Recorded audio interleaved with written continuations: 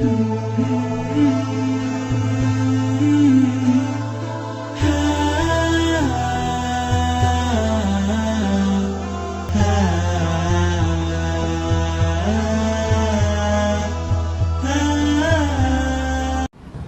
anak muda di zaman dulu di Bani Israel yang beriman kepada Allah Subhanahu wa taala, kemudian dia berusaha mendakwai raja yang zalim. Tapi raja itu tidak mau mendengar dan akhirnya anak muda ini berusaha untuk dibunuh oleh raja. Yang pertama dilakukan adalah bagaimana menyuruh prajuritnya membawa anak muda ini ke atas bukit yang tinggi, kemudian akan dilempar. Lalu anak muda ini mengingatkan prajurit-prajurit raja, kalian harus bertaubat kepada Allah, raja kalian sekarang itu bukan Tuhan.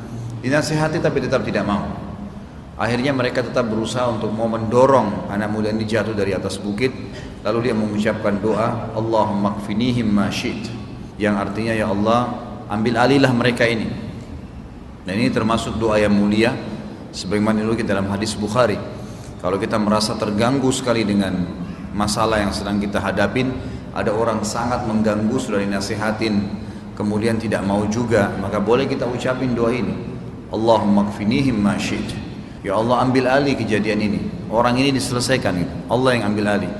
Maka yang terjadi, Allah utuskan angin yang kencang lalu membinasakan semua prajurit-prajurit raja tersebut, dan anak muda ini tidak terganggu sama sekali dengan angin tadi.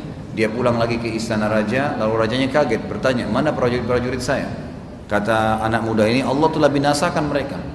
Apa kau masih belum mau bertobat kepada Allah? Masih tetap mau mengaku sebagai Tuhan? Karena raja itu mengaku sebagai Tuhan.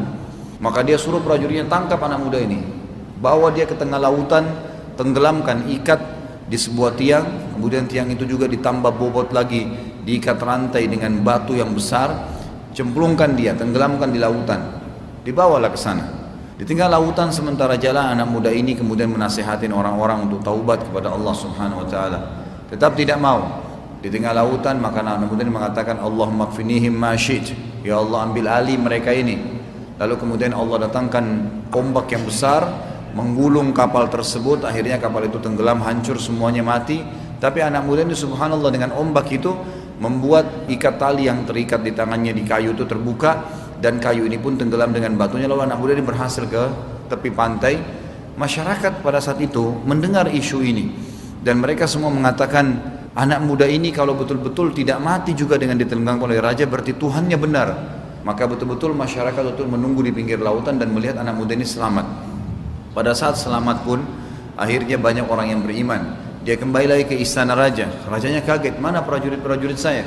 Kata dia, Allah sudah binasakan, taubatlah. Tidak mau juga. Dipanggil seorang algojo berusaha untuk menebas anak muda ini, nggak bisa. Akhirnya dia bingung. Kata anak muda ini, satu cara, kalau kau ingin membunuh saya. Kata dia, bagaimana caranya? Kumpulkan seluruh masyarakat di wilayah ini, kemudian pada saat itu engkau memanah ke arahku dengan anak panahku ini, sambil mengatakan Bismillahirrabbilgulam, dengan nama Allah Tuhannya anak muda ini, maka kau akan bisa membunuhku. Dia pun mengambil anak panah tersebut, dikumpulin seluruh masyarakat, 20.000 orang lebih pada saat itu berkumpul untuk menyaksikan keajaiban ini. Kemudian raja tersebut pun memanahkan anak panahnya sambil mengatakan Bismillahirrabbilgulam, maka anak panah tersebut melejit dan akhirnya membunuh anak muda ini. Karena kejadian tersebut 20.000 masyarakat semuanya beriman kepada Allah, karena berkata dia tidak bisa membunuh anak muda ini kecuali dengan nama Allah. Maka akhirnya orang-orang pun jadi beriman kepada Allah SWT pada saat itu.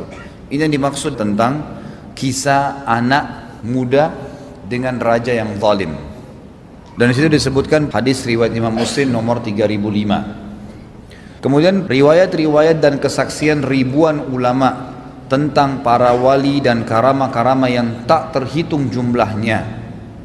Tentu banyak ulama yang menulis riwayat-riwayat seperti dalam Sahih Muslim, Sahih Bukhari, dan sunan-sunan yang sahih, Sunan Abi Dawud, Tirmidzi, Ibnu Majah, Nasai, Darimi. Ini semuanya menukil banyak kisah-kisah para wali-wali Allah. Di antaranya adalah riwayat tentang para malaikat yang memberi salam kepada Imran bin Husain radhiyallahu anhu, sahabat Nabi yang mulia. Imran ibn Husain ini dalam riwayat Imam Ahmad nomor 19.332 itu disebutkan sering kali mendengar malaikat memberikan salam kepadanya. Dan ini juga sebuah karamah. Imran bin Husain sahabat Nabi yang mulia, rajin sekali beribadah. Juga Salman Al-Farisi dan Abu Darda radhiyallahu anhuma, ketika mereka makan pada piring yang besar, lalu piring besar atau makanan yang di dalamnya bertasbih, mereka mendengar tasbihnya dalam athar yang sahih. Kemudian juga seorang sahabat yang lain, Hubaib radhiyallahu anhu, ketika ditawan oleh orang-orang kafir Quraisy di Mekkah, ditawan begitu saja karena kebetulan Hubaib ini ditawan secara paksa oleh orang-orang Quraisy waktu para sahabat sudah hijrah ke Madinah. Maka diikat di sebuah tiang, tidak dikasih makan, tidak dikasih minum. Anehnya, pada saat itu mereka menemukan di sekitar Hubaib ada air, ada anggur. Waktu itu di Mekah tidak ada buah anggur sama sekali.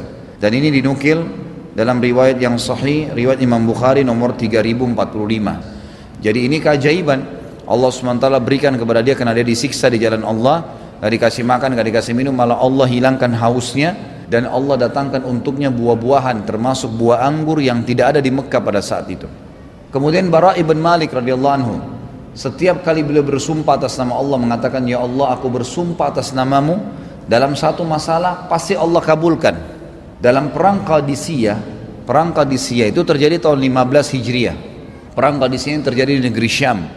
Waktu Umar bin Khattab radhiyallahu anhu mengirim pasukan menuju ke negeri Syam. Waktu itu ada pimpinannya Khalid bin Walid, Amr bin As dan banyak sahabat-sahabat Nabi yang lain. Maka perang Qadisiyah ini terjadi tahun 15 Hijriah. Al-Bara ibn Malik ini beliau bersumpah kepada Allah agar kaum muslimin dapat mematahkan perlawanan kaum kafir musyrikin, dan harapannya untuk menjadi syahid pertama dalam pertempuran itu, maka semuanya berjalan seperti yang beliau harapkan. Jadi waktu itu jumlah pasukan muslimin 8.004 orang melawan pasukan Bizantium 250.000 orang. Jadi sangat tidak berimbang. 8.000 orang melawan 250.000. Secara kuantiti nggak mungkin 8.000 bisa menang. 8.000 segerincir kecil, ini 250.000. Tapi Al-Bara ibn Malik bersumpah mengatakan, ya Allah aku bersumpah atas namamu, menangkan umat Islam dan jadikan aku orang yang pertama mati syahid di peperang ini.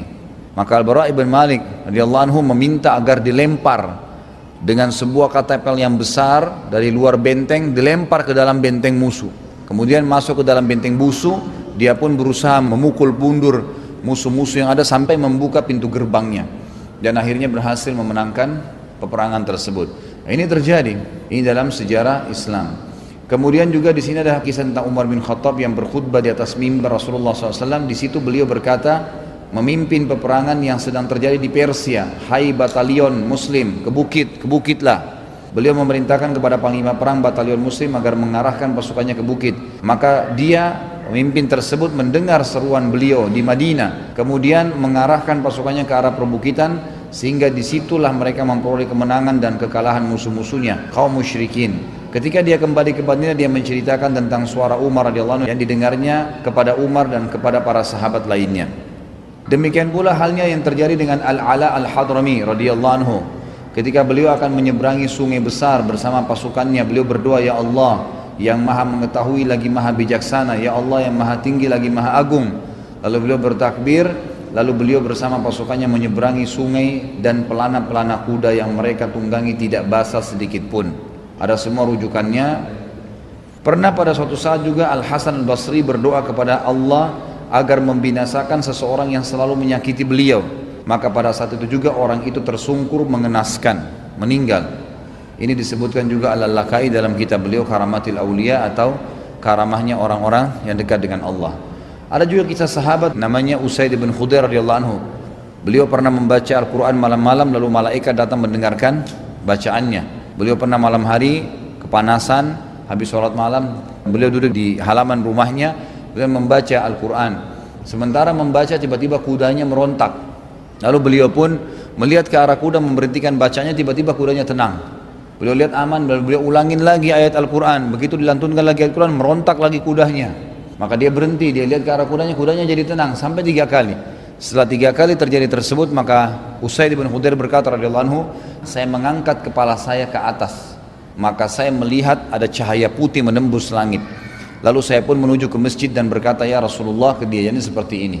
Maka Nabi SAW mengatakan, wahai Usaid, demi zat yang ubun-ubunku dalam genggamannya, maksudnya demi Allah, kalau seandainya kau baca ayat Al-Quran sampai pagi, niscaya seluruh penduduk Madinah akan melihat malaikat yang datang mendengarkan bacaanmu.